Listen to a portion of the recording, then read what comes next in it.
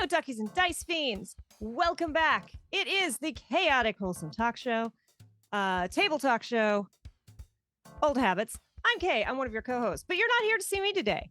We've got my usual co-host and our incredible guest today. Before we jump in, thank you so much, Mallory, for the resubscription. We are up to, what was it there? I just had it open. I just had it the heck open. 3 months. Thank you so much. We really appreciate it. But yes, we are here with Candace the Truly Magnificent, as well as my co-host, David Lee. So before we hop in, David, who the heck is you and what the heck is we doing here? Hi, I am Anguished, and this is the Chaotic Wholesome Tuesday Presents show of talking with our magnificent guest. But this is the Chaotic Wholesome Table Talk Show, currently the Tuesday Table Talk Show, where every week we talk about TTRPG stuff, how to be a better player, how to be a better GM, how to be a better person, all with a focus on intersectionality and inclusivity so that everybody can have a good time. And we are joined today by a returning guest, an incredible performer, a true pleasure to have on. I can't believe we're lucky enough to have them. Candace, tell us just a little bit about yourself, if you would be so kind. Hello, my name is Candace. You might know me as Candace the Magnificent. My pronouns are they, she. I'm unbearably awkward in all the wrong moments, like right now. I am excited to be here hanging out with some of my closest homies and my close homies in chat. Normally, I'm just in chat going, wow, this is great. Yeah, preach on, y'all, preach on. And then now I'm here and I'm like, Yep. cool. I have things to say about stuff. I have opinions. That's right, I do. I'll find them. Just a moment. Let me dig. Most importantly, you have informed opinions. And I think one of the most important distinctions that people fail to make is the difference between an opinion and an informed opinion. That's very true. I feel very passionately about that. Everybody has an opinion on gumbo. I am right, however. So I have issues with okra, so I can't go there with gumbo. not all Freaks me gumbo out. has okra. David will send Not you even a half of 1, gumbo 2, 3, has 4, okra. 5, 6-page rant about gumbo. What about shrimp, though? Be careful. Not all gumbo has shrimp. Less than half of gumbo has shrimp in it. Okay, bookmarking for later. Thank you. Okay. All right. Gotta talk about gumbo later. As a lot of y'all know, I work in video games. And one of my, surprise, surprise, because I work in video games, some of my friends also work in video games. And yes, hashtag not all gumbo. And that's one of the things. Hey, Mike, welcome on in. One of the things about social media and Twitter especially is that everyone feels like they're entitled, like everyone is entitled to their opinion, and they feel like their opinion should be given the same weight as everyone else's. And so my friend, who has worked in video games for a very long time, someone makes an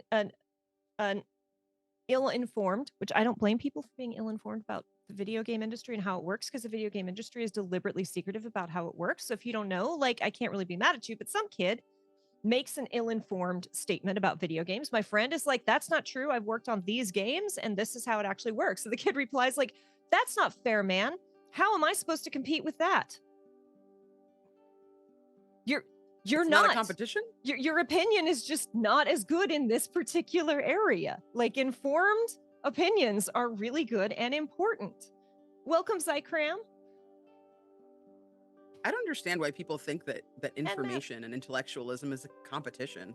I feel like that's like the same mentality that these people that try to justify AI are making as well. They're like, well, how am I supposed to do art? I'm not artistic. And I want to be able to do art. So, right? Like, okay, well, I can't fix toilets. Does that mean that I should hire an AI to help me do that? No, I'm going to call somebody who has spent however many years in plumbing school to understand the physics and the laws of water and pipes and all that shit. and they're going to fix my shit for me, and I'm going to be perfectly happy about it, right? Not everybody's meant to do all the things, and it's okay to not know things. For me, the second that you think you know everything and the second you need to compete with your intellectualism, the second you become fucking dried up, stale, and irrelevant. Like, you need to be able to know new things. There's nothing I love more than sharing a new fact with somebody, even if it's a fact that they already know. Robots in our toilet 2024. One of my favorite memes that came out last year or the year before is they told us that AI and robots would take over our jobs so we would have more time to paint and make music and write. And instead, the robots came and did the painting and the writing and the music so that we would have more time to work. Yes. And it's all garbage. And yeah, the flip oh side God, of it, doesn't bad. even matter. the one that I really like is, why should I take the time to read something that someone couldn't take the time to write? That's what I want to know. I'm in the job market. By day, I am a writer, technically a copywriter in the ad space. And I have been seeing more than a few jobs that are literally like, we need you to come and proofread our AI. Can you come in and Can you make it zhuzh pass a around? not AI test? I'm like, am I going to help you replace me? No.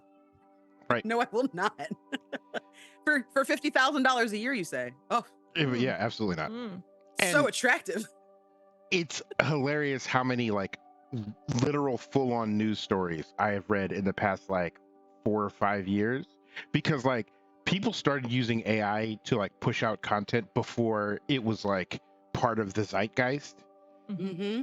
And I remember like during the pandemic, I would like read a news article and I'd be like, there's something really not right about this. Like there's something too robot about this. And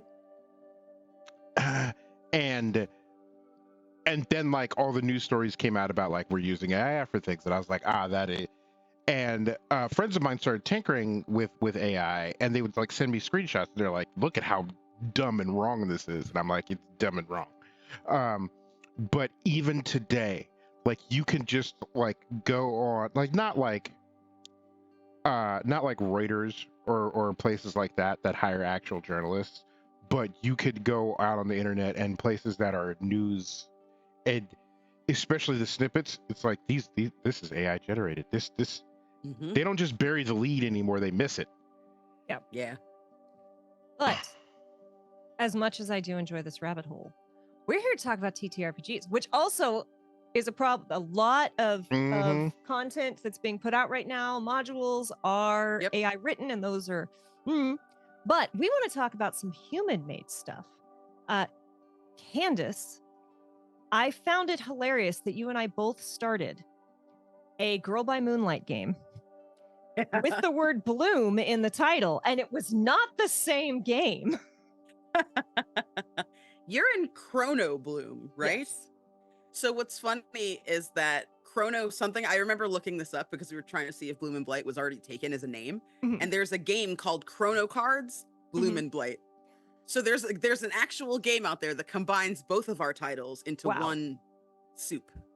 Wow. Yeah, Girl by Moonlight has been surprisingly fun. The system itself, I have mixed feelings about the actual system. I like the flexibility of it, and I like that it really encourages kind of collaborative world building, and I like, of course, the reference that goes into Girl by Moonlight for the setting. I just feel like I don't roll well. And if you don't roll well, like you're just screwed the whole game. Yeah. And that part is real rough for me. I try not to get too in my feelings.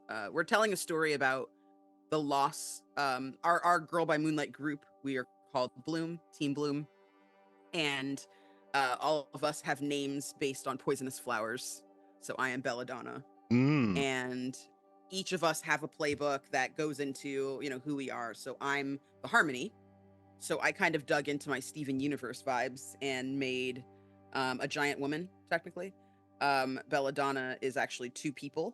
One like extra kind of extra spatial, extraterrestrial, extra humanoid, whatever being, and named Bella. And then Donnie is this cute, like, androgynous trans mask person with a bad attitude, and they find each other, they fall in love, and now they're belladonna.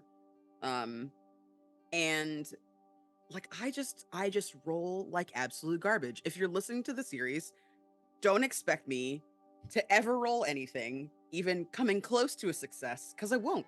And the only reason it works is because our leader has died and all of us are kind of falling apart in this first season.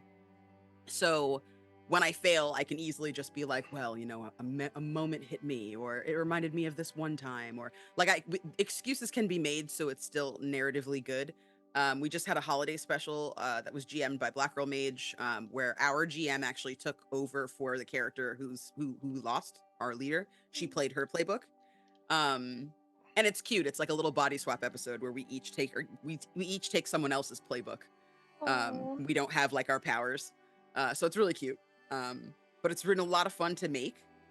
And I don't know, like I just wish that I got better rolls sometimes. I'm with you. I played Kinley in Girl by Moonlight. The time traveler. Precious baby. So completely out of time, completely confused about like, oh yes, we're going to be great friends. Well, it was so nice to finally meet you here. We're going to be great friends. What? What does that even mean? Like, oh yes. Don't worry about it. It says something very wise that a character needs to hear. And the character's like, wow, Kinley, that's very smart. Yes, you told me that. But yes, I also roll like hot garbage. Mm-hmm. It to the point where Kinley nearly died first episode. Oh my god. Like, yeah. all of my wounds, all of my stress, it was bad. So yeah, I feel you on that big time. But the problem is I'm usually GMing, and so when I roll poorly, it goes great for the players, and I hate that. I have this gorgeous dice that is like black with these metal rainbow numbers. Sexy. And it is so pretty. And it rolls like garbage. I am only allowed to use this dice when I am GMing so that my players can succeed. And it's also one of those dice where the 1 says, fuck me, and the 20 says, fuck you. And it's like, no, actually, I'm really happy for you. Yeah, I tend to roll like shit even when I'm GMing. Honestly, it's really rough. I don't think I ever really like the GMs that are like, I almost total party killed the other night, man. Almost TPK. That's never gonna be me. Never gonna be me. You At and all. Adam Like, not even from close. EPP need to have a long talk because poor Adam. Poor Adam. Like, it's okay because I typically have really fantastic players. I think I've only really the campaign There's that I this did. 1K person who No! just Not at all. You are one of my favorite people to GM for, honestly. I've only done it one time. Well, 2 times, technically. 2 and a bit. And 1 and a bit. 2.5 times, because we also had a session 0 in there. Yeah. Yeah, no, I love playing with you. I feel like the decisions that you make, I love a player who isn't trying to outfox, they just do. And I feel like I have, like, with the cowboy game, I have a whole table of people outfoxing, accidentally outfoxing. But then there's moments that come up where, like, y'all are like, look at this outfoxing I just did. And in my mind, I'm like, thank you. Thank you for doing that. I have something for that. I'm gonna write it. Oh yeah. Every so often I'm like, there's a great big red button here. And I shouldn't push it. But I'm gonna. It's one of my favorite, I don't know how much either of you have watched Dimension 20, but they did a dark twisted fairy tale season, and Lou Reed played Pinocchio. And they were on the little island, Pinocchio's little island, with bubble gum and whiskey and cigarettes or cigars. And they found hot dogs, right? Pinocchio's off by himself and he smells hot dogs and he walks over and he sees hot dogs underneath a box. And Brennan's like, roll me a perception check. And he nat 20s it. And Brennan's like, it's a box with a stick. You can see the string on the stick. And he's like, guess nothing bad can happen with it. And just wanted to push the button so much that he threw away a nat 20. Yeah. I'm like, yeah, I've been there. I mean, that's how you get good story. I feel like being too precious about your character, like, that's something that I've noticed a lot too. When I'm in games and I'm bored, it's usually because either a player, or the GM has decided to be too precious. And for me, it's like, don't, right? Don't. Let's make a mess. Let me think my way out of this box I'm trapped in, right? Put me in the box. I don't care, right? If I can't get out of the box, something cool is going to happen. If I get out of the box, something cool is going to happen. If I never even know about the box because you feel bad, nothing cool is going to happen. Right. Put me in there. I've always felt very pressed by players that insist on having characters that have to be cool all the time. Yeah. And it's like, if your character has to be cool all the time, this is going to be extremely boring. Yep. I have done entire lectures on, I love playing edgelords. I love playing edgelords. I love playing edge ladies. I love playing edge monarchs. You can't do it like they do in the movie. You can't play Vampire Hunter D the way he is in the anime in a TTRPG. It's not going to work. But you know how you do it? Like they do that, like, you're all camping, I'll stand guard, goes around, behind the tree. And when no one's watching, I think they like me. Okay. You go. Right. That's how you play the edgelord. Absolutely. I think that like that character development too, like even if your edgelord begins as an edgelord and ends as one, having at least is there a lesson being learned here? No, there's no lesson being learned. Well, things are a little bit different. Like that keeps me interested.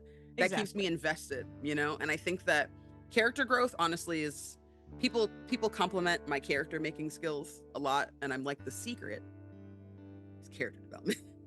The secret is making a messy little freak that's slightly messier or less freakish when the story is over, right? One of those two things, or the inverse, right? Yeah. More freakish. There is nothing more fun than a character who only changes for the worse. Yes. When you're like, are they going to learn? Oh, no, they're not, right? These moments of, there was a teeny tiny growth and now 3 steps back. And yes, Matt, there's nothing quite like knowing your character is a goofy goober and diving into that very uncool moment. Every time my disaster queer half-orc paladin of the flying spaghetti monster tried to flirt with a lady type, the dice said no. And you just had to lean it. Like, it just became a thing of, how is Roxy going to screw this up and how badly is she going to do it? It was always some of the finest moments in that game is and Roxy going, hey, she's really hot. I'm really, it was a disaster. It was such a disaster. When a party member played by one of my best friends accidentally stole the eyes of the blacksmith Roxy was trying to romance while rolling the dice that I made for him. Mwah.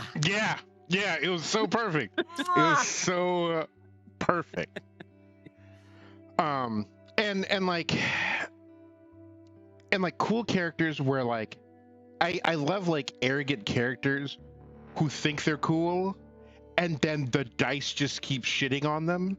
And so it's just pratfall after pratfall after, like, I love that. And what's great about those characters is that, like, during important moments, the dice tell a story. The dice will be like, you could have this one. And so, like, the character will be like, all right, I'm just going to run up the side of this wall and do, like, a front flip over it and then, like, land on the guard and no one is going to hear it. And everybody's like, every time you've tried to tie your shoe in the past, like, 6 weeks, it has gone poorly. Like, you still have scars from that. And then he goes up, does the flip, lands on the dude, and then, like, unlocks the gate and is just like, I'm always like this. And it's like, and it's just like, there's such comedic timing from that. Yes, absolutely. I feel that way about... Oh, sorry, go ahead. I was gonna say, but you have to be willing to have your cool character be not cool in order for those moments to happen. Yes, absolutely. Because if your cool character takes no risks, That's what I'm saying. There's no point in your character being cool. You got to go do cool stuff to be cool. You can't just sit there and be like, I'm so cool. Okay, am I taking your word for it? What are you doing that's cool? Saving the day would be cool, but you seem to not want to roll, so you're just standing My work there, here is right? done. You didn't do anything. My work here is done. Right. Like I said. Yeah, I think that's very much who Belladonna is. Like, the dice have told such a story for her.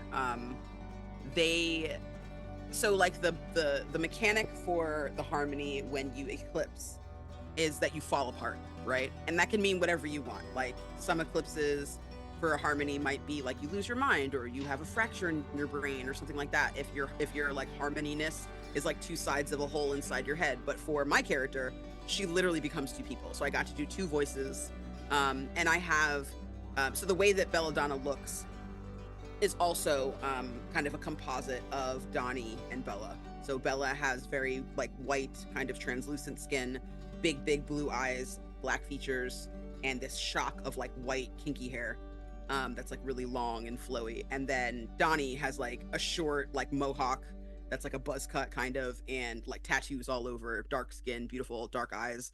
So when they come together, Belladonna has half her hair is black, half their hair is white, in Afro puffs, shaved sides, one blue eye, one brown eye. She has vitiligo. So like I specifically made this character in the same kind of tradition as Steven Universe. So when I eclipse, I turn into two people, right? They break apart. So like the moment in the story where I finally was able to do that, it was like the right time. Like, just before the eclipse, I had a moment where I had like my first 6 the entire game, and I was like, fucking yes. And like, I did something really cool. It was epic. I have a cool weapon that does whatever, that changes into whatever I want. It's like a light weapon. It was amazing, right? Everybody was like, yeah. It was like this cool moment, and then I fucked the next one, and just so badly, and I immediately crumbled into two people, and everybody was like, oh, what is this? And it was awesome to be able to kind of like have that moment with the group as well, because Belladonna is very chill. Like she's the best of both worlds. And when one personality takes over, she might appear to have brown eyes, or she might appear to have blue eyes. And that's how people know who they're talking to. If they're talking to the one being, if they're talking to one half or the other half. So like the holiday episode, when we switched playbooks, I switched to, I believe, the Outsider playbook. Oh, wow. Yeah, like I went complete opposite side, right?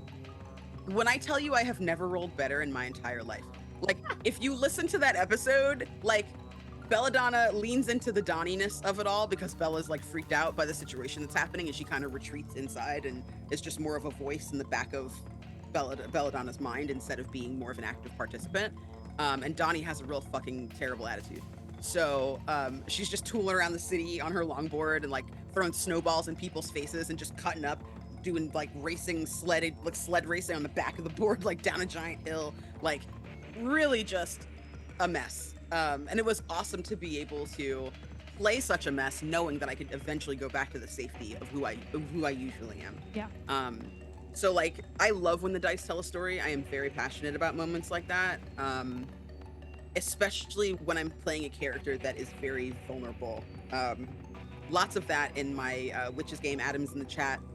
He's the GM for that one. We're looking for a home for it for 2024. And my character, Already Flameheart, is like a beautiful red-haired Aasimar warlock, accidental warlock, who doesn't know what she's gotten herself into, and is basically a humanoid version of a Pomeranian that is in a very loud intersection. That's Already Flameheart. Wow. She just doesn't. She wants the best for all her friends and for everybody. She's trying to do her best. But gosh darn it, she is a mess. And shakes like a little leaf all the time. Isn't entirely sure of pretty much anything she says. And boy howdy, do her dice tell a story. It's just my favorite. Because like I come up with this idea, and I know there's a story that I want to tell, and I know that there's something important that I want to do with this character, whether it's, you know, Matt, Mimics and Misfits in chat, Fate of the Ocean, Zora Bloodfang is there to make things uncomfortable and say what you're thinking out loud, right? That is what Zora does. That's her job. She comes in completely deadpan, completely straight face, not trying to crack a joke, and will make all of the jokes in the world. And probably start some fights as well. But I like it when that character has to fall flat on their face because the dice was like 5. Not this time. Yeah, but I'm gigantic. I'm a big, strong half-orc. What do you mean I can't open this wooden door? Oh, it's because everyone's watching, isn't it? Yep. Okay. Well, everyone's watching. Maybe if you guys wouldn't stare at me, I wouldn't feel so much pressure to succeed. Like, it just drives the story along in a way that, like, nothing else can. I feel like that's why this medium, like, I love improv and I love acting. I did theater for a long time, like through, grade school, a little bit into college, a little bit beyond that. And like, I really, really love acting. Like, it's something that helps me express myself and discover more about myself every time I embody a new character. But I feel like what really gives TTRPGs the edge is the fact that, like, you're in the driver's seat, but you can't control everything. And it's not about controlling everything. It's about what you do when something doesn't go in your favor or when something unexpectedly does. And I feel like thinking around that and the strategy behind that and the level of thoughtfulness you can bring to your character in those moments is really exceptional. Very passionate. I'm going to use that to bridge something else, but I want to say really quickly, in our Girl by Moonlight game, our Harmony was twins. And when they fell out, when they eclipsed, they just started fighting each other. So there had to be kinly therapy. We all Kinley got to play therapist. Let's take a moment. Kinley got to play therapist. I thought that we all got therapy about Kinley. That's what we all need. Kinley was therapist. And then in the season 1, one of the characters was an outsider who did not like Kinley. And Kinley was aware that they were not liked. And you can imagine how well that went. Oh my God. Why don't you like me? What is it? I don't need you to like me. Please like me. Don't you like me? It's because I don't drink coffee. Let's be honest, the last thing I need is coffee. But part of the ability to tell a good story in a TTRPG, to roll with the punches and to like keep playing even when the dice are not going your way and the dice are punishing you. And why are we playing with digital dice? Let me roll my physical dice. They hate me a little bit less than these freaking digital dice. Seriously. Is being able to be at a table where you are safe and comfortable and supported. And being safe and comfortable at a table can mean a couple different things. And it can be radically different things for different people.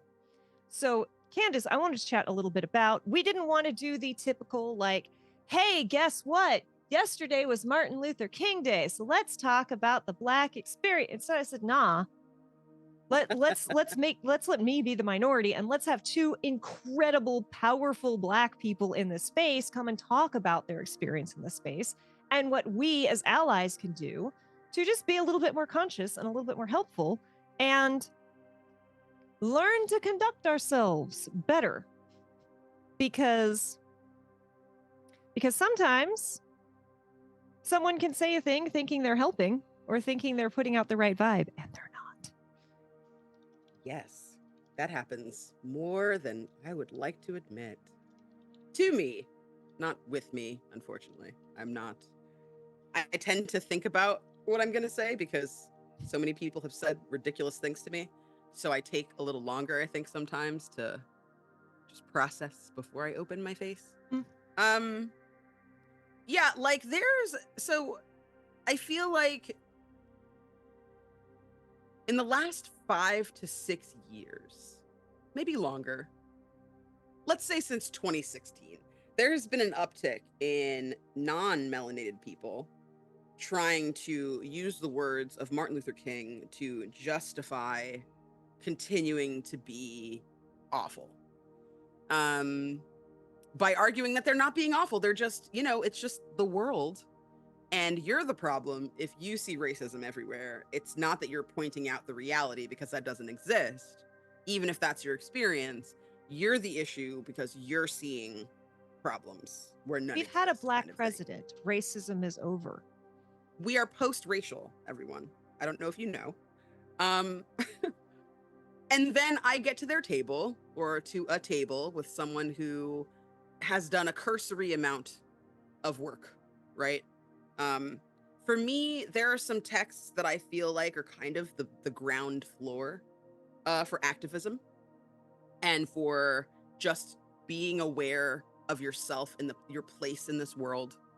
And Peggy McIntosh's White Privilege, Unpacking the Invisible Knapsack. To me, if you're trying to start this journey and you're trying to understand who you are, because before you can understand other people, you have to understand yourself, right? You, especially if you are white, who you are and what your place in this world means for other people, because your experiences are not going to be understood by people the same way, right? Someone comes to me and they're like, man, work was really hard today.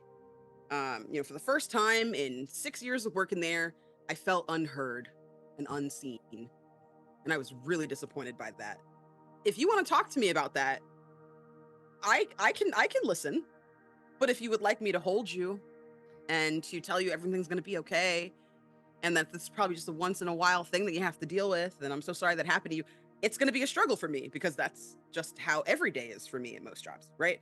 So understanding who you are, the space that you take up, the way the world sees you versus the way the world sees the players that are going to be at your table, right? Understanding that you can't say to a Black person or a Latin person that's running late that they're on CP time, right? Even though it seems like a really innocuous joke, or even saying while you're late, or making a joke about, oh, well, I know, you don't want to work too late because, you want to just, chill out and kick it and lay around, or like making insinuations that they're lazy, right? You might be able to do that with a white person and they'll just laugh it off and it'll be funny and you guys can have a grand old time. But for me, there are a bunch of layers that come with that, right? So before you can just assume that you can run a table and offer a safe space to people who are different than you, you have to first understand yourself and then try to understand those people. And a lot of people haven't done that first step, right? They think they just need to go and understand other people, which, sure, that helps. But what happens is when something bad happens at your table or in your community, you don't know how you're going to react to it until you are brought to the fire, right? Fireside chat, someone's like, hey, something racist happened to me in your community. It's someone you know. It was you. It's someone you don't really know. It was a table with a different GM I don't feel comfortable going to because they didn't notice it. Whatever it is. And if you don't understand your place in the world, you cannot counsel this other person. You're not going to be able to advocate for them in the way that you want to. It's next to impossible. And that, of course, also doubles for when you have someone that's trying to tell a nuanced story at the table as well, right? If I am trying to give you a story about, a tiefling who has Black features and kinky hair, right? Yes, that tiefling is red or whatever blue or whatever color, right? But that tiefling is Black, right? The tiefling's Black. If you have me chased by the town guards and put in manacles and locked in a prison, right? That's not going to be unlike reality, right? If you're going to put a half-orc or a drow in a game and you have Black players, asking them how they feel about that. You're going to put a Yuan-ti in the game. You have Asian players. I play a Yuan-ti in What We Do in the Shallows, right? Which is a 5e horror game that runs on Matihi's channel. Really fun game, very queer. Like our Flag Means Death meets What We Do in the Shadows, honestly. It's really good. So good. And like before I came with Drea, who is a snake folk, right? She's a Yuan-ti. I asked. There was an Asian player that left the game that I assumed their position, right? I assumed their role, or their space at the table. And then there's another Asian player that still remains. And I didn't want to offend anybody. And granted, Yuan-ti is a nonsense made up word. D&D made it. It has nothing to do with anything, which is part of the reason it's shitty. Right, but it's very coded, and it's snake people, which is also a slippery slope. Anything reptilian can stand for a bunch of different races. Same thing with kobolds, right? If you're going to have something like that in your game, you have to ask people. You need to say something to them, right? Hey, so I was thinking about this thing. What do you think about that? So that's what I did. I said, I really want to be a rogue.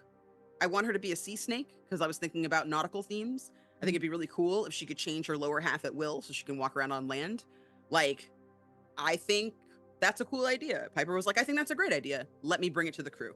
I was like, thank you. So they brought it to the crew, had a big conversation. Everybody signed off. Before I went to my GM, I did my due diligence. I did my research, right? I read, I looked things up. I researched everything. I made a Pinterest board. I saw the kind of characterizations that other people had put into the subject matter. I went to my Asian friend Jen and I said, hey, so I want to be a 1T. How do you feel about that? And Jen was like, well, first, why don't we do like a snake folk maybe? I was like, you know what? Yeah, let's do that. Let's divorce it from the first one, right? So through all of these steps, I got to a place where I was ready within a month to play this game. It wasn't just, this is what I'm doing, guys. Because like that sucks, right? I've walked into a game where somebody was telling a drow that she was one of the good ones. Like I walked into the game and that was what was happening. And I immediately was like, you know what? I have to go. I'm gonna leave. You know what I mean? Like that has happened to me because someone didn't think, they know it's racist. They know it's something that people are reclaiming, right? Same thing with Lovecraft, right? If someone's gonna ask me to be in Call of Cthulhu and they're a white person, I do expect you to say, I do not ascribe to any of the nonsense that man had. There will be none of that in my game. Here's a reasonable expectation of what you can know that you're walking into in my game. And if you have a problem, here are the safety tools right off the bat. Because like, I'm going to be playing a black character in your game. Like, well, not all black people do, but I am. So figure it out. And even in the very fun, what was the sci-fi one that we played? Horizon. Oh, Horizon Signals. Horizon Signals. My brain always goes to Horizon Zero Dawn. And I'm like, that's not it, brain. Same. That autocorrect. My brain did that Stop too. When you type into Google and it like automatically fill, I'm like, stop that. I don't want that. I wanted to play a monster who didn't speak the common. And so I could be nonverbal, like, I just wanted to make monster sounds. I'm not going to lie. I was like, I think it would be really funny if this character's name was like SARAH, all caps with a question mark at the end. And they say their name different every time. And no one is quite sure what this creature's name is. And I'm sitting in front of a whole group of people going, is that going to offend? Because I'm sitting in front of a bunch of diverse faces who's in their background and probably in their immediate families, people can't say their name right. And the immediate reply from one person was like, being able to keep asking a white person, I'm sorry, how do you say your name? Will be such therapy for me. And I'm like, great, cool. So long as that is how we feel, because if you're not comfortable with it, I'm not doing it. Because to me, it can be a joke and it might not be able to be a joke to you. Absolutely. And I think giving space and respect for that matters, but you can't respect something like even empathy, right? People are like, oh, but what about empathy? I can empathize. You cannot empathize because empathy is, I don't know that. I can empathize with you. I know what you're going through. I understand you, but I can't sympathize. Sympathize is me too, friend, right? You, me, same. That's sympathy. And then empathy is, fuck, that sucks. That's never happened to me. I understand what's going on with you. I'm sorry, right? You cannot empathize with something you don't understand. And even if you know on the surface, Black in America equals bad for lots of people, Black people disenfranchised, have a hard time, police not great, world sucks, right? Even if you have the broad strokes, without recognizing all the little things that go along with that, and the fact that you are a white person and you might not feel the same way that someone else does, and that might cause you to create a sympathetic character that is unsympathetic for someone else.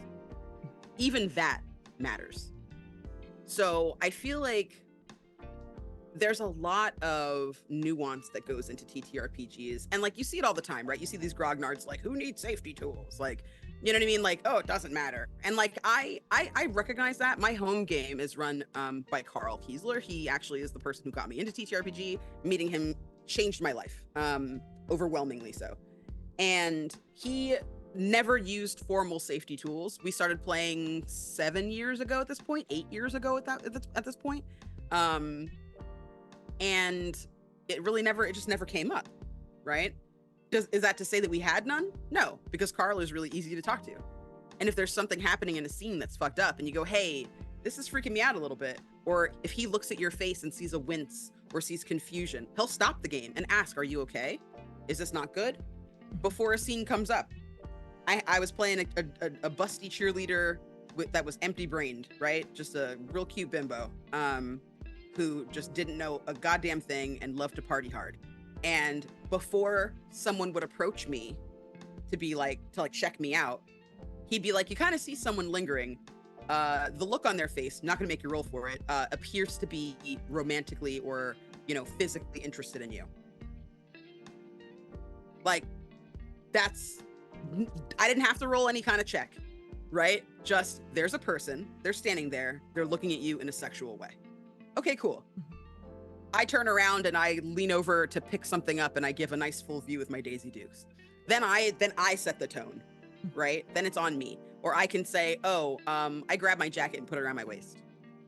It allows your player to do what they want. And rather than you just kind of assuming that you get it, because he doesn't know what it's like to be a lady. He knows that there's right and wrong. He knows there's an okay way and a non-okay way, but he doesn't know like the minutia, right? And just because you don't know that part doesn't mean you can't make space for your players to be able to come to you with it. So like Martin Luther King Day for me,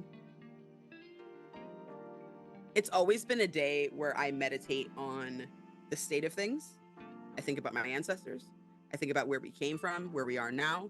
I think about the work that's left that needs to be done. It's not a holiday that I've ever taken and just like done nothing with.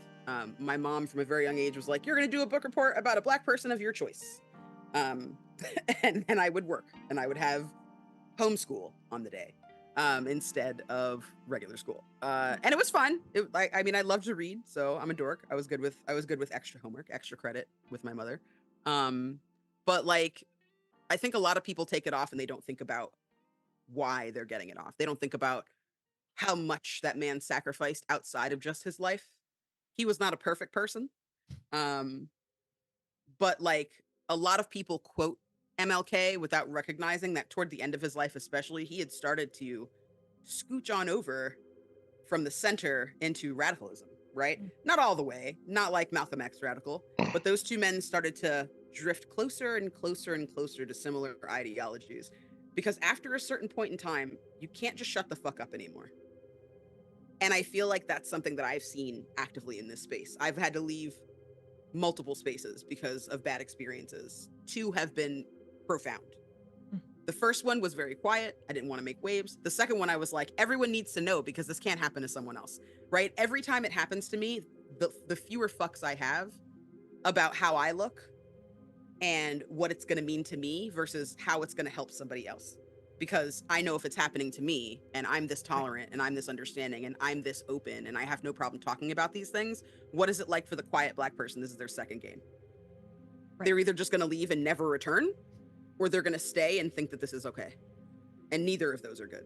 And so I know that you have to feel this even more profoundly than I do. I have an understanding that like if I go into a space, if I am on a game, if I am on a channel, like my being there is kind of a promotion that this is a safe space, that this is a place that people who are like me, who look like me, can come and hang out and be safe and respected. And especially when it took a while for you to realize that that's not the case. You're like, ooh, but I've been promoting this. For a minute. And that's what I'm saying too about the person who runs the channel, right? Whether it's your game or someone else's game, if you are in charge of that channel and you are setting the tone for that channel, right? It's not just about you and your reputation, right? It's about the reputation of the people who allow you to promote yourself through their talent and through their skills. Because especially in this industry where most of the time you're not getting paid, right? Most of the time you're not seeing any kind of recompense for this. You watch Real Housewives of Beverly Hills and you're like, damn, how can people show ass like that? And it's like, oh, one answer, millions and millions of dollars, right? Would I slap a woman in the mouth if I were making millions of dollars? Probably at this point in my life, yeah, I think I would. I would probably slap the bitch real hard and not be sorry about it and throw champagne in a man's face and walk out of the room, right? All of that is because the people that are doing it know that they're getting paid, right? They are fulfilling a role in entertainment. It's all with their consent, right? Signing the paycheck is their consent. And they have enough money for lawyers if things get hinky. But in the TTRPG community, we're all just friends playing games, right? We're all just buddies rolling dice. But that's not real, right? That's not real. You are running a business. You know, you will see some money. Any company that says we're just family, run away. I don't care. Yeah, fuck that. No, no. Also, thank like, you, at the end of the day, for the gift subscription. Oh, thank you so much. I feel like in those situations, I never mind playing for free because I have a platform. Everything that y'all do with setting things up, sending out the Zoom, paying for the Zoom subscription, time editing, time trying to recruit people, doing promotions. Then on top of that, the payments that you have to make to like store all your stuff on Google Drives, right? Like it costs time and money to make a channel, right? And the best way for me to show appreciation as a player is by showing up and doing my fucking best so that both of us can rise together, right? That's what I want. When I sign up for a game, that's what I want. I want you to do well and I want me to do well. And together we will make some scratch. And if you get paid before me, you did more work, right? Get it. I don't care, right? Like, please take the money. So it doesn't even really come down to that. But not only are you trading in like time and talent, but you're also trading in trust. And regardless of what color you are, regardless of whether or not you're marginalized, you could be the most cis, the most white, the straightest man in the world.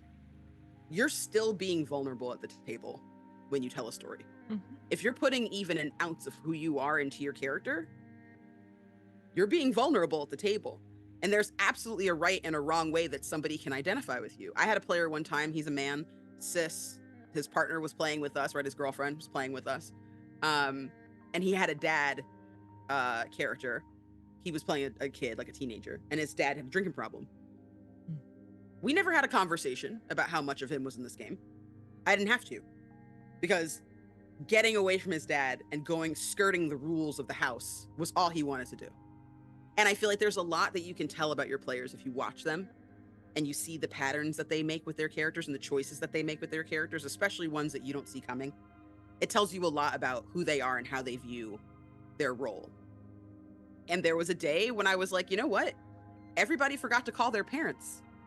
Y'all have been out at the beach exploring from 12 o'clock this afternoon. It's now 2 a.m. No one's seen you. No one's heard from you. It's the 80s. You have no cell phone.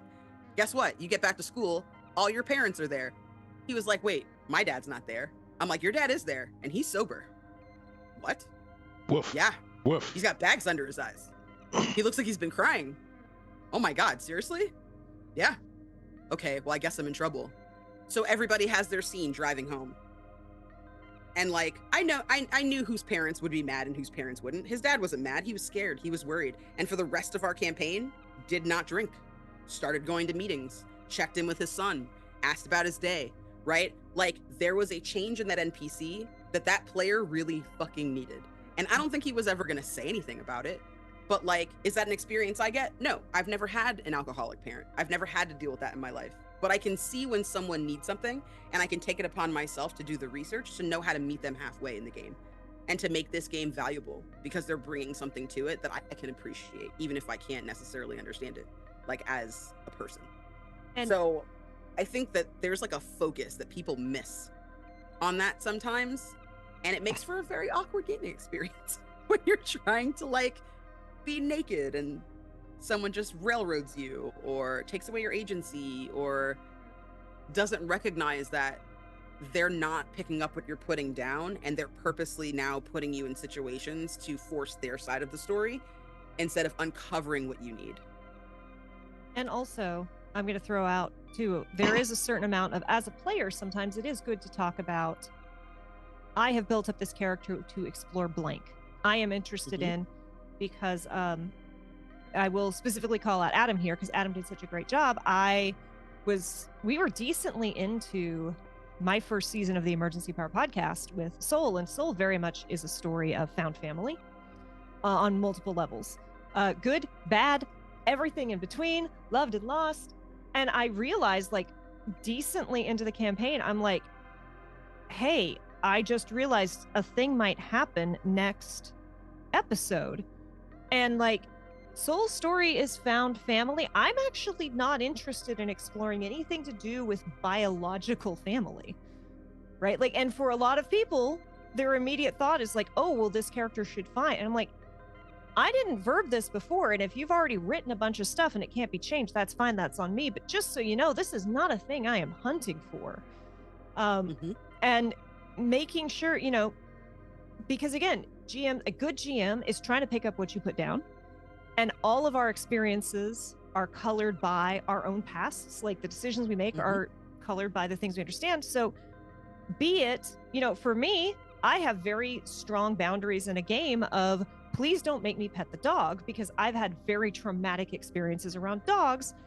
And people always kind of laugh about it. They're like, what, you'll fight the dog, but you won't pet it? I'm like, Yeah. Yes, that is exactly what I'm saying. And they'll like look at me like, and they'll get the really awkward laugh, like, am I playing with the serial killer? And I'm like, I've been hospitalized with dog attacks. And they're like, oh, now it all makes sense. So, But you shouldn't have to say that. But You I shouldn't also, have to say that. Again, we live in a world where it's all like, you don't like kids and you don't like dogs. You must. So make I don't sure. judge. You like cats. That's enough for me. Anyone who Exactly. doesn't understand why people don't like kids has not spent enough time around kids. Agreed. Every person, like every parent I know, every responsible parent I know, I should say, like I could pull them to the side and I'd be like, them little shit bags, and they're like, God damn it, them little shit bags. And that doesn't mean they don't love their kids. That doesn't mean they don't love other kids, but they get it. Yes. Because because a parent has stood in a kitchen with a kid holding a cup and being like, hold it with 2 hands. Please hold it with 2 hands. 2 hands, hold it with 2 hands. And then the cup just clatters to the floor and whatever's in it, milk, juice, and it's always something that's like hard to clean up. So it's like juice, be sugar everywhere. And it clatters to the floor, and then they have to not punch that kid through a wall. My absolute favorite was there was some comedian who was like, all my friends with kids would be like, oh, you gotta have kids, it's the best experience, it's so great, you gotta have kids. And then the moment his girlfriend announced she was pregnant, they're like, ha ha ha ha, you're never gonna sleep again, ha ha, sucks to be you, ha ha. Yes, because people aren't comfortable admitting how they feel about stuff. Yes, which I feel like plays into how you do your TTRPG tables as well. Because if you're not comfortable admitting that there are certain things deep inside you, right? Deep in the bowels of your soul that you tucked there years ago and you hid, right? You live in LA now, but before you were living in an all-white town in Wisconsin, but you couldn't possibly have any undiagnosed or unrecognized racism anywhere in your body without doing even a little bit of work, right? You couldn't have any weird POVs about how like certain people should be treated, or that's not going to get weird and bite you in the ass. You get it.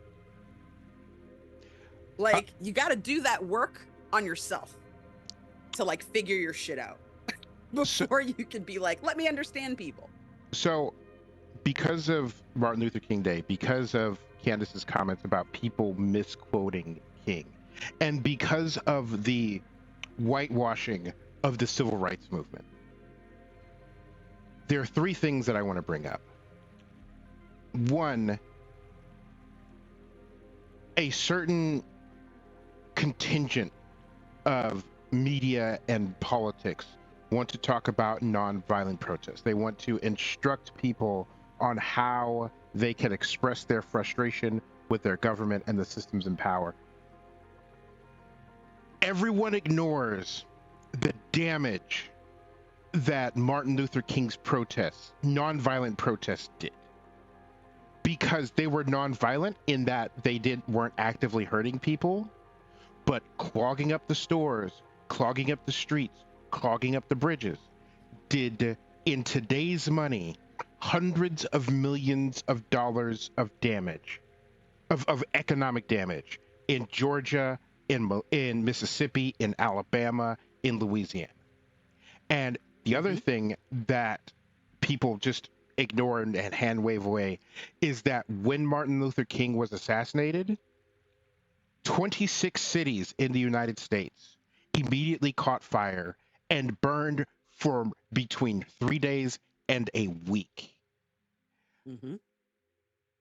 The civil rights movement was doing this economic damage, and they were saying very overtly, this is us taking the easy way. This is us taking the way that's like more agreeable. This is the warning. And then when they killed the leader of that part of the movement, because Martin Luther King was not the only, and like even making a Martin Luther King Day is part of the whitewashing, because they want you to not look at other people. But Correct. when those cities caught fire and burned and raged, and the losses to property and to economics was crippling, so crippling that the entire U.S. government were like, well, we should probably pass this law so these people will stop. And then anybody who knows me knows that I will get on my horse about racism. But part of my beef is that I have to do the work for other people. So I will tell you two things. Go look up what Martin Luther King had to say about the white moderate. Go look up what Martin Luther King had to say about a negative piece. Go Google it. Type negative piece and white moderate in and see what his we remember high school primary sources. See what the man had to say about just those two things, and you will gain a great deal of understanding about all of the people who weaponized Martin Luther King's words and how he felt about them, and how he predicted how he observed how things were, and how in a very real way a lot of those things have not changed. Absolutely. And when it comes to racism in the TTRPG space, when it comes to just like being black on the internet, or black in public, or black in a dark room by yourself, one thing that I need to impress upon people, and what people don't realize, is that racism is like patriarchy in that there are multiple versions of it. Racism is institutional first and foremost. The person standing on the street corner calling me a slur, I do not care about that person. But from before the United States was founded, and around the world, especially in Europe, every aspect of civilization, every aspect of government has been built on the foundation of racism against the black people in the United States. And whether it is the formation of the Senate versus the House, whether it is our judicial system, how cops are, laws about housing, zoning laws, education, like healthcare. The reason you don't have universal healthcare, the reason we don't have universal healthcare in this country, is literally because they were like, oh, but black people will get it. In 1938, they're like, listen, we got to do something about this Great Depression. Why don't we give everybody healthcare? And they're like, we have to call them citizens now, and we really don't want to give them stuff. Like we can't be giving them stuff. Like the fact that teeth are like optional bonus healthcare, like all of these things are all like labor laws. Tipping, I see debates on tipping all the time. They're like, well, why do I have to tip? But racism. And so if you, as not even a white person, but like if you are a person and you see or hear someone says to you, hey, this thing is racist and makes me uncomfortable, you have to understand that the person saying that, whether knowing or unknowing, has had to accept and process the status quo of racism structurally, and racism in their culture, and on top of that, the individual racism that they experience. And then they had an experience in a place that they want to occupy, and then they have to overcome all of that, plus the what if this person reacts badly to me saying something about racism, and then say something to you about it, and then they formulate it in a way that they think you will accept it best, because they're trying to caretake your feelings about them being hurt. And it's the same thing about like patriarchy. Like, tell me the founding fathers thought of women as equals.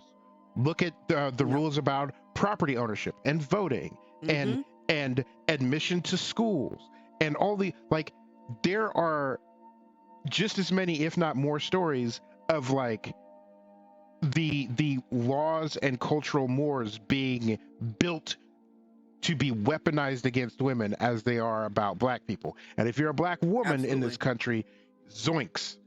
And if you're a black trans woman, please. And so, you know, when you would you have all your adventurers meet in the tavern at the beginning of your adventure, which 99% of people have experienced, and a barmaid comes over? Like, that is an installation of patriarchy. And on some level, again, whether conscious or unconscious, we all, but like women specifically, like look at that and then they have to decide if that's going to be bothersome or not. And so there are a lot of like very tiny things that women and people of color like accept as status quo and don't make a big deal about, because it would mean turning our entire culture on its head, and ain't nobody got time for that. Done. Right. You'd never get anything done. If I only played video games. I feel the same way about mental health, right? Like, mental health in minority communities is very different, right? The approach is different, the understanding is different.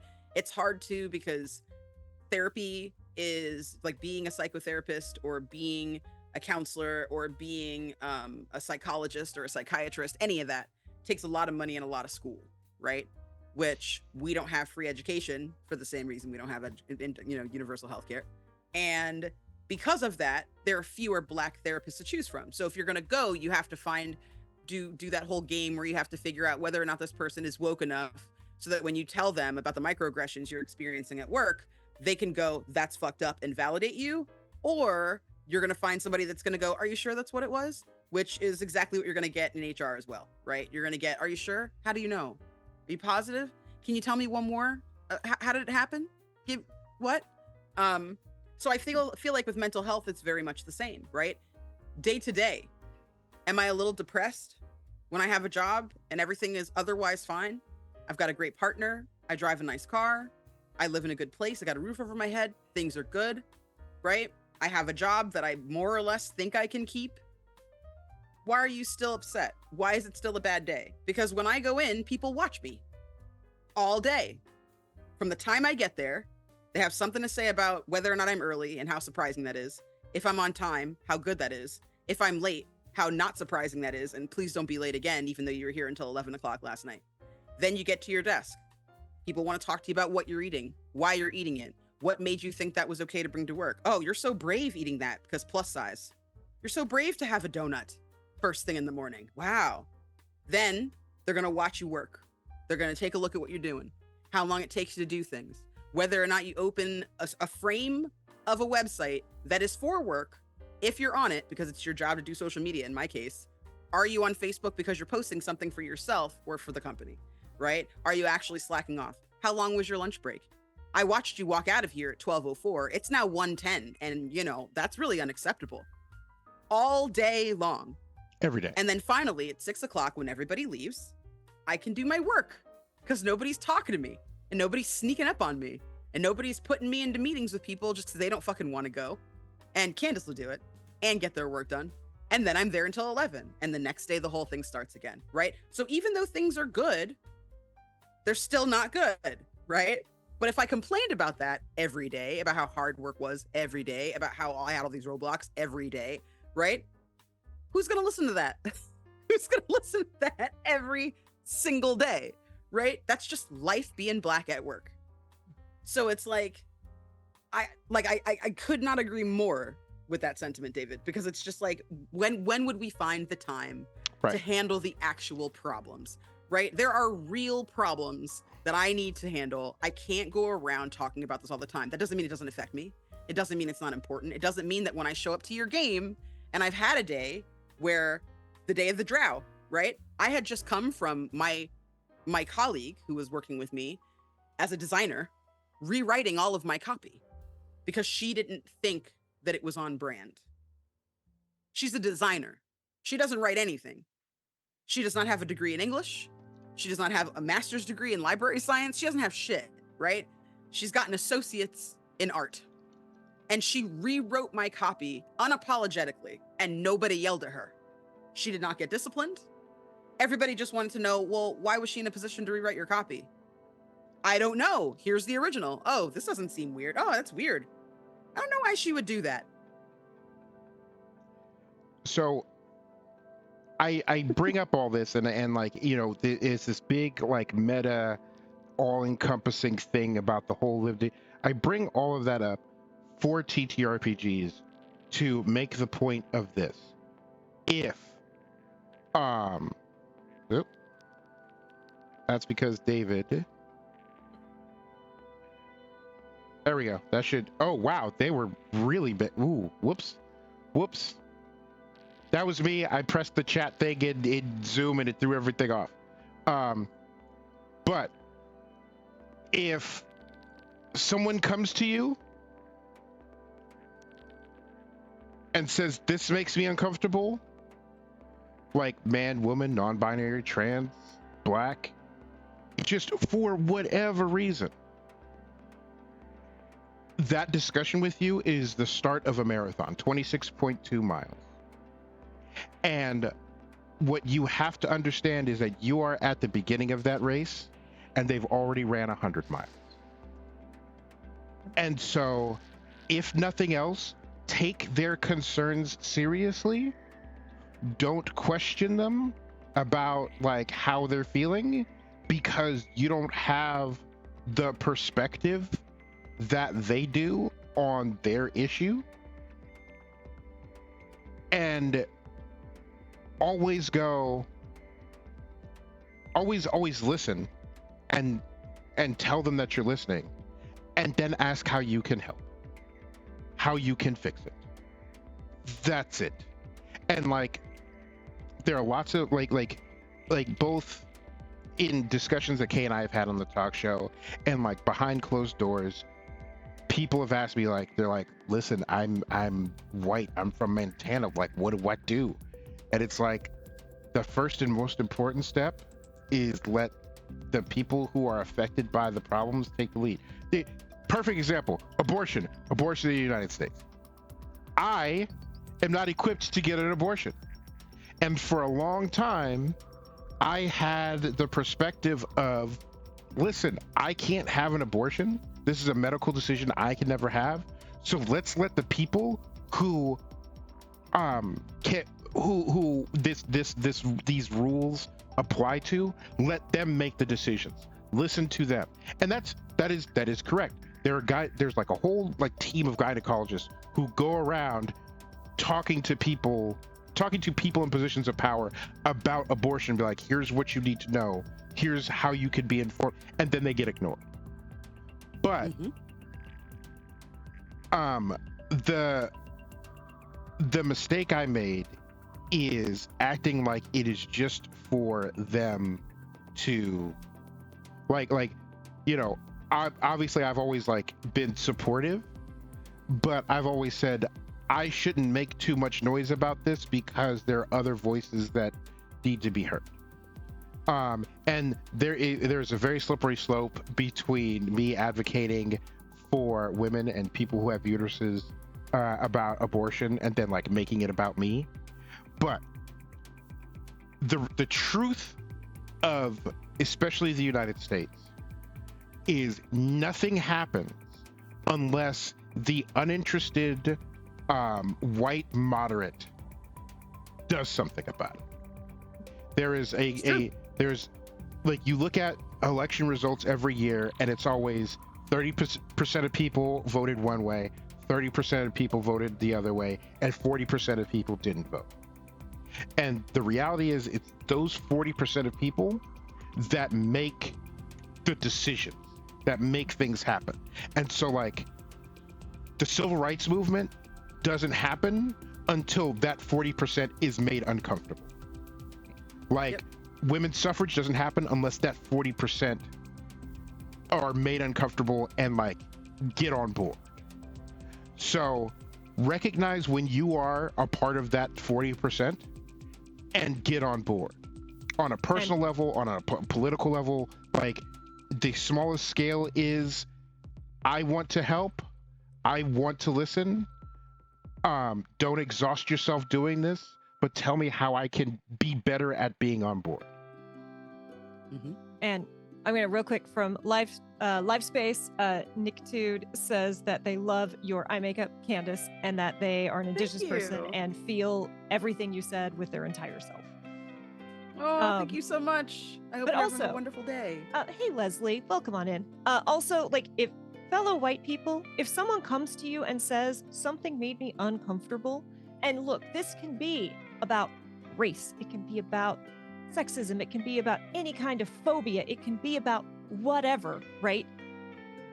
If someone comes to you with that, that is a sign of trust. It is a sign that they believe that you will listen and that you will help. It takes more courage and more effort for someone to come to you and say, there is a thing that happened, either you did or in your presence or in a space you control, that was a problem for me. It takes more courage than it does for them to be quiet. I know I have seen so many incredible performers of different colors, of different sexual orientations, just shut down, be quiet, fade away, deliver their lines when it's time, and not bring their whole self because it was safer. So if someone brings this to you, it is hard. During Black Lives Matter, when all that started, I worked for a company that went, maybe since we are a majority white company that benefits greatly off of Black culture, we should have some like learning things, and had these calls where, you know, with a therapist mediator person where we could have small group discussions.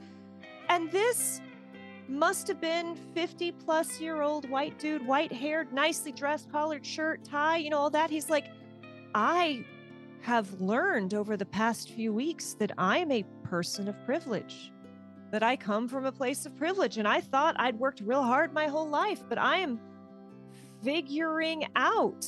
And it's like, congratulations and welcome. Hello, Huntsman Hydra and Ashenworks. Thank you for the follow.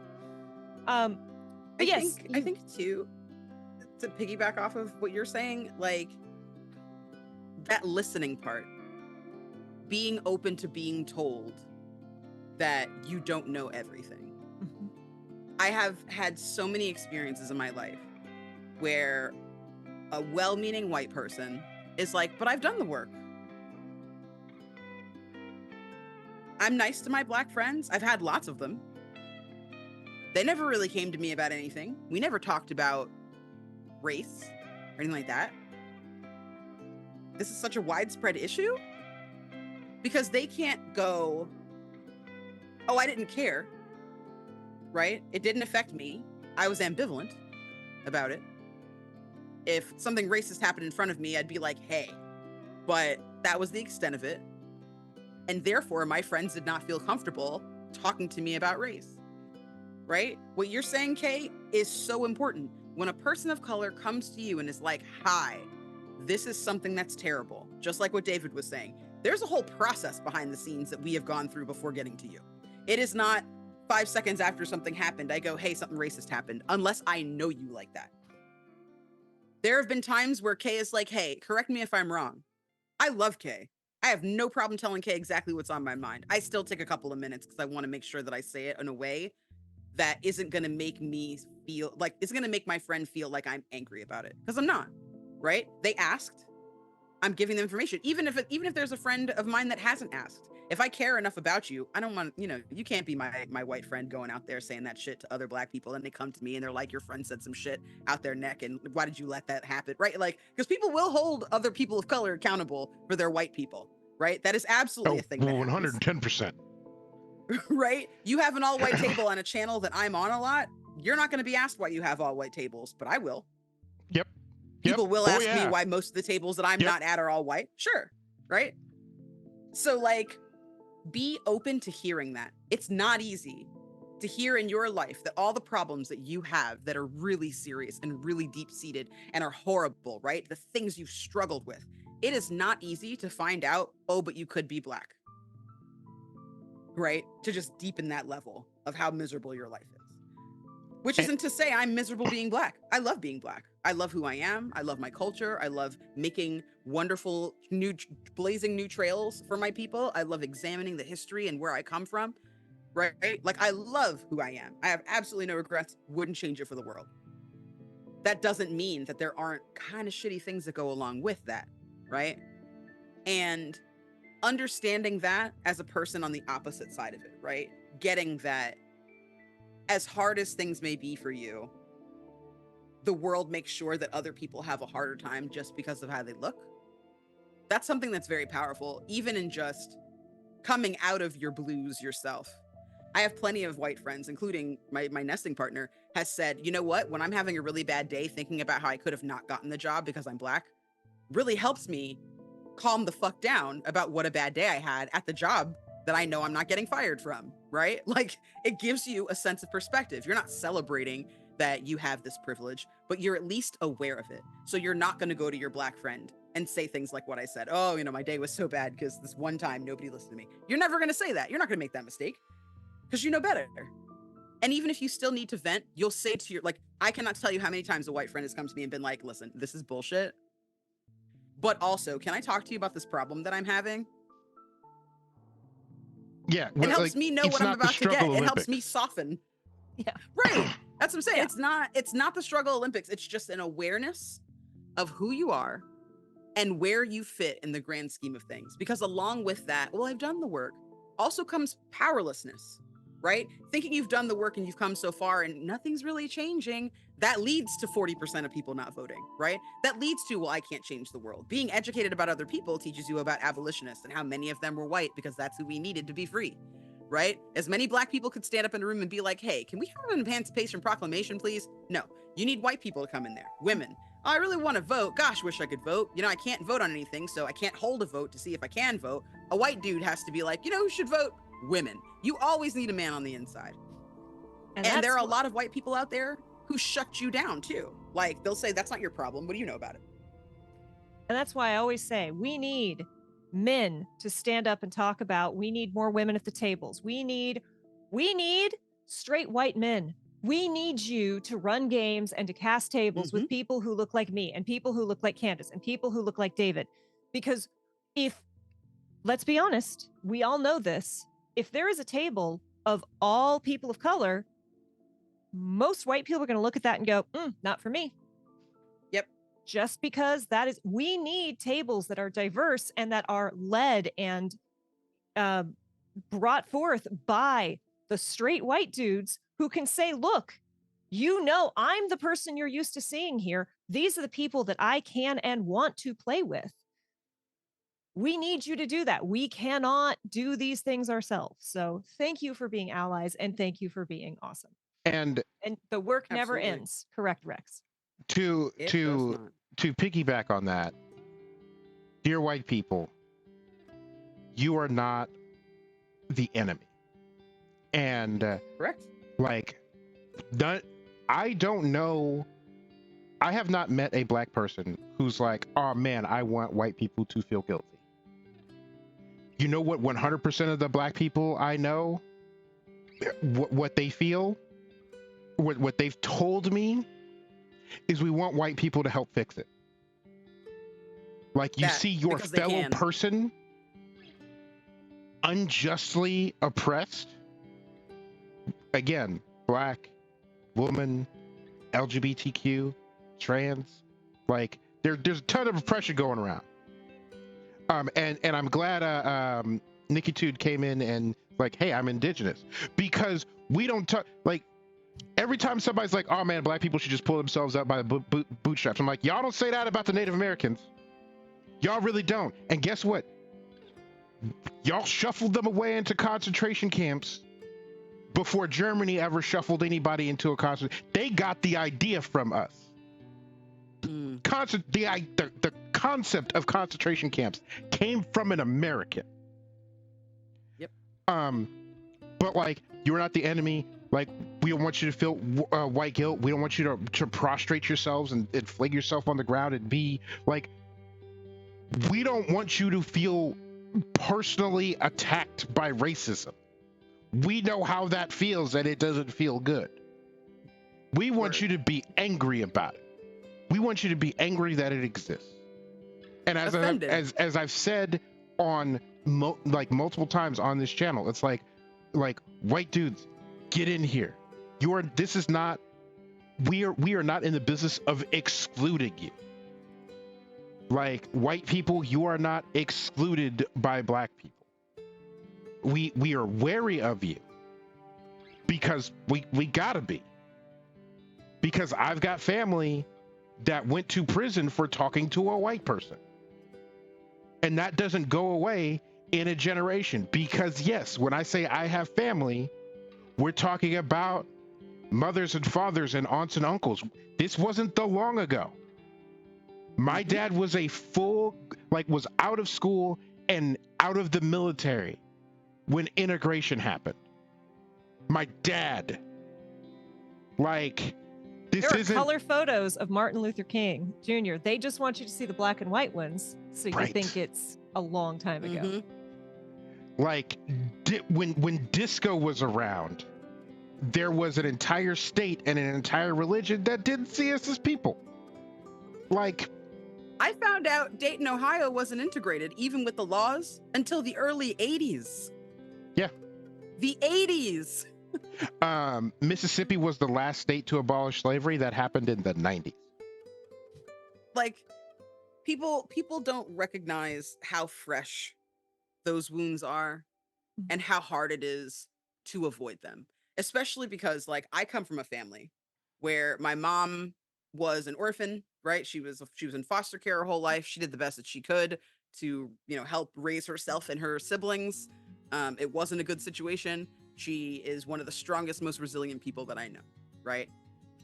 And then my dad came from a light-skinned family. My mom is darker-skinned woman. My grandmother could have passed as white. My grandfather was around my complexion, maybe a little bit browner than me. Everyone in both of their families knew how to read and write by the time they went to elementary school. Education was number one for them, right? They were very strict about the way that they raised their children. And that unfortunately became a problem with colorism with my mom and the lack of education that she had because she was a ward of the state, right? Which is not her fault. But that kind of judgment and that kind of classism and that kind of colorism, right? That's all a product of racism and slavery in this country, right? Of, well, I'm more prized because I'm fairer skinned. And you see it all the time. It's like this unconscious bias, right? Why aren't people making love letters to Lupita Nyong'o, who is arguably one of the most beautiful women in the world, right? Yeah. That woman is resplendent. The sun shines out of her pores, right? She is gorgeous. I look at Halle Berry and I see a mouse. She's cute. She's cuddly, right? She's okay. But white America will tell you that's the most beautiful black woman in the world. Why? Because she's light-skinned. She's half white. You can tell. She has very ambiguous features. She had the nose job, right? So there's that's something that happens today all the time, right? If I'm in a room where a bunch of black people are speaking about racism and I'm the lightest skinned person, I shut the fuck up.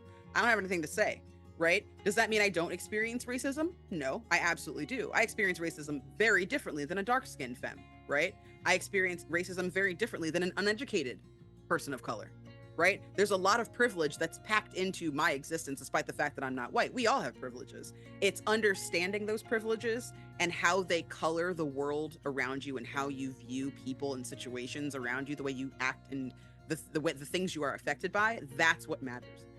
And taking racism personally as a white person is honestly the best thing that you can do. I'm going to tell you this right now. When I watch Lil Wayne, right, do pretty much anything, I go like this. Yep. It's not a great moment for me as a black person, right? People of color, you can ask any of your POC friends, almost every single one of them is going to tell you, oh yeah, this Indian person showed ass this one time and it was embarrassed. All my Asian friends right now are talking about Joe Coy. Yep. Are they the same kind of Asian as him? No. Have they collectively said, nah, hard pass? Yes. No Asian people right now are like, applause, sir, because we're both Asian. That's not how that works. We are harsh critics of our own people. So if you are white, you can do that too. Yeah, and it's even more impactful when you do. and that's part of like racism as like a culture, is because I have the number of questions I've gotten about Kanye West. And guess what? How do you feel about that? The smack. Every time some white person gets out of these, it's never, oh, look at what this white person did. White people have the privilege of being individuals. Yes. Like when Britney Spears was having a breakdown, and a lot of bad things have happened to Britney Spears, which is a whole different like conversation. But when Britney Spears was having a very public breakdown, it did not speak for all white people. Correct. But Kanye. Yeah. And we're all anti-Semites. Yeah, yes. And it extrapolates to every single public facing figure. And to circle back to, it's not just like cultural racism, it is institutional racism. And just like cultural racism hasn't gone away, institutional racism hasn't gone away. 2 years ago, Wells Fargo got fined millions of dollars for specifically disenfranchising over 500,000 Black and Mexican people. 2 years before that, they got fined for cooking up fake accounts, and the majority of those accounts were targeted at Black and Hispanic communities. 2 days ago, was it Georgia or Mississippi? I think it was Mississippi. But they passed a law that said that the people in the city, which is majority Black, can't elect their own judges when every other city and county in the state can. They're like, no, the state is going to appoint these two white men when it's 74% Black people. And then late last year, there was the town in Mississippi that decided that the rightfully elected Black mayor wasn't allowed to be mayor, and that the white dynasty that had been mayor of, again, a majority Black community for the previous 70-something years would just continue on. The institutions that govern all of us, the institutions that corporations throw money at, hand over fist, continue to purposefully perpetuate these things against Blacks, against Mexicans, against LGBTQ people, against women. The government's doing this. The government's doing this to us. I'm going to circle back really quick and say, shit. Point of when someone says something and it is suddenly a reflection of the entire Black white folks. If one of us does something crappy, if you see a fellow white person being crappy, call them out. You can do it in private. Just keep your own in line.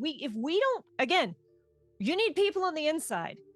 If we don't make it not comfortable, not okay, not right for white people to be racist in front of other white people, then it's really much more difficult for them to be racist. Absolutely. I would love to continue this conversation for another 2 hours, but we have to cut this short. So before we go, Candace, tell us again who you are and where we can find you, because you're up to a ton of really cool stuff and people should go follow you more. Thank you. My name is Candace. You can find me at the Candace Marie on Blue Sky and Twitter, at Candace the Magnificent everywhere else. I'm really trying to be better about posting stuff in a timely fashion. We'll see if 2024 gets the best of me, or if I can finally just kill all of the birds with all of the stones. You can hear more of me on Bloom Blight, which is a Dareful Archives podcast, Girl by Moonlight. That comes out, I think, weekly episodes. And then on Wednesdays, so tomorrow you'll have a fresh episode of Otherworld Hollywood, which is a 12-sided stories production. That one is really close to my heart. You want to kind of circle back to white allyship and people giving a shit and understanding where you come from and listening. Wes Otis is the GM over there, and the conversation that we got to have, it's a 50s set, kind of old Hollywood, kind of glamour sort of idea. We have two Black actors, myself included, two Latin actors, one white performer, and then a white GM, and are also majority LGBTQ. And when we started the conversation about how we were going to do things, the first question Wes asked was, listen, we've got a diverse group of people here that I'm telling a story for. What do you want to see? I'm not going to tell you, oh, racism isn't a thing. I want to know what you would like. I'm not going to tell you that you guys are majority queer. I'm not going to tell you, oh, there's no such thing as, as gay panic, right? As homophobia. Like, you're going to tell me what you want to see and how we want to implement this. And we chose as a team to say, you know what, let's not talk about racism. Let's be post racism, right? Not post racism as though like we've come out of it, but let's not even address it. Like, can we just move past it? Because it is still something that is so fresh in our minds. And it's not something that we can have a conversation about if we talk about how racism was in the 1950s that can change anything today. However, LGBTQIA stuff is absolutely on the docket. That's on the table because we can change that today. We have very, very clear ripples of and representation of, right? Because as a society, we moved forward. Like if you watch Deep Space Nine, that's like 1995, right? You've got a trans character on Deep Space Nine. Nobody thinks twice about it. You've got a whole episode about an anti-woman society and how this perfectly stereotypical Ferengi looks at a woman who dares to dream bigger, right? And accepts her and helps her move on to her next place of work, right? You've got all kinds of groundbreaking shit that's happening there and in other shows, and yet we've backslid to where we are now. So we were like, you know what? That's something we can change minds. We can change hearts. So let's have that be a thing where we talk about having to hide who we are as people, and we can have a really empowering queer storyline where we can kind of come out and take the roles that we want to take and live the lives and love who we want to live, right? But the racism, let's keep that in the past, right? We don't need to have that conversation. It was wonderful. It was eye-opening. I don't think I've ever had anybody that's been like a white dude GM start a session 0 like that and be like, baseline, what are we doing? It's a great show. I play Ebony. She is an impossible person. She's like an Eartha Kitt meets Joan Crawford meets every role that Jessica Lange has ever played in American Horror Story. She's extra and fantastic. So if you enjoy me even a little bit, I highly recommend you go to 12 Sided Stories. Right after this, actually, I'm going to be leaving to go start a new podcast with 12 Sided Stories. It's a mothership game called Beyond the Outer. And that'll be the first episode will release, and then the rest of them are going to be for Patreon support. So if you have a few extra bucks and you're interested in supporting an awesome queer-led, mostly BIPOC cast and crew, please definitely do so. And then you can also find me every other Saturday on Matihi's channel doing What We Do in the Shallows, which is the 5e game I was talking about earlier. It's really great. And then I have a bunch of stuff that has not been announced that is really, really cool. So please check me out on socials, because boy howdy, is my dance card full and sparkly. It is wonderful. There might be something with some familiar faces from Fate of the Ocean that's happening. That's a podcast coming out soon. There might be a Shakespearean charity stream production that I might be in. There might be some very interesting things coming up on this very channel that'll be announced soon for next month. And I have told myself that I'm going to do hopefully daily TikToks, one for all 29 days, because we get an extra special long Black History Month this year. 29 whole days just for us. Still the shortest month of the year. And for all of those days, I'm going to perform Black music on my ukulele, probably on TikTok. So that's a lot of stuff. I'm taking up a bunch of time. That's what you are here to do. Thank you so much for spending your time with us, for educating us, for sharing your passion and your knowledge. You are incredible, and it is always a treat to get to share space with you. I am Kay. I am one of the GMs here on this channel and the co-host of this talk show. You can find us all across the internets. Our stuff has been, I think it's up there on this overlay. Our stuff's been going. Find us on the Twits. Find us on Blue Sky. We are on LifeSpace. Oh goodness, we're on too many places. LifeSpace, Twitch and YouTube. We are inching ever closer to that YouTube monetization. So if you are willing to drop us a subscribe on YouTube, we appreciate it. It is free. Also, if you have $5 to spare and you want to support, we are part of the LiveSpace Boost program. If you support us over on LiveSpace, we keep $465 of your $4.99 subscription price for the next year. So if you would like to subscribe, that is a great way that you can help us, like with turbo mode on. I'm Kay Damfear all over. I do too much. I talk too much. I might be playing the circus game tomorrow. It might be canceling. I play a My Little Pony tiefling who's an utter thembo. They're a nightmare. David, who is you? What is you? Hi, I'm David. Find Kay and I playing Baldur's Gate 3 Thursday, possibly Friday, or I will be gaming Friday. We'll see how our schedules, and then Saturday as well. Listen, if you aren't subscribed to our YouTube, go fix it. If you aren't subscribed to our live space, type in the thing. I know it's a pain in the ass making a new account for things. People don't like new things. Please go make an account and throw us a follow. And then also join our Discord. Like, follow us on Twitter. But like, our watch time and subscribers on YouTube, we really appreciate it. Anyway, I've kept Candace past their time, and I am feeling guilty about that. But I am David, and this is the Table Talk Show, where every week we talk about TTRPG stuff, how to be a better player, how to be a better GM, how to be a better person, all with a focus on intersectionality and inclusivity so that everybody can have a good time. And if you learned a thing and you have $1 to spare, go buy Candace's Ko-fi and drop them $1 because they are awesome and they have learned a lot in the School of Hard Knocks. So go follow Candace, go watch them perform. They are incredible. And hey, thank you, Matt. Yes, we appreciate the plugs for the Discord. Thank you all. Have a great evening. David and I will be streaming Kinley the Thembo Bard and Kessla the Teeth Obsessed Rogue in Baldur's Gate tomorrow. So if you need to actually see my Thembo in action, not tomorrow, Thursday. Come see us Thursday. Go see Candace. Bye, y'all. Thanks. You're awesome.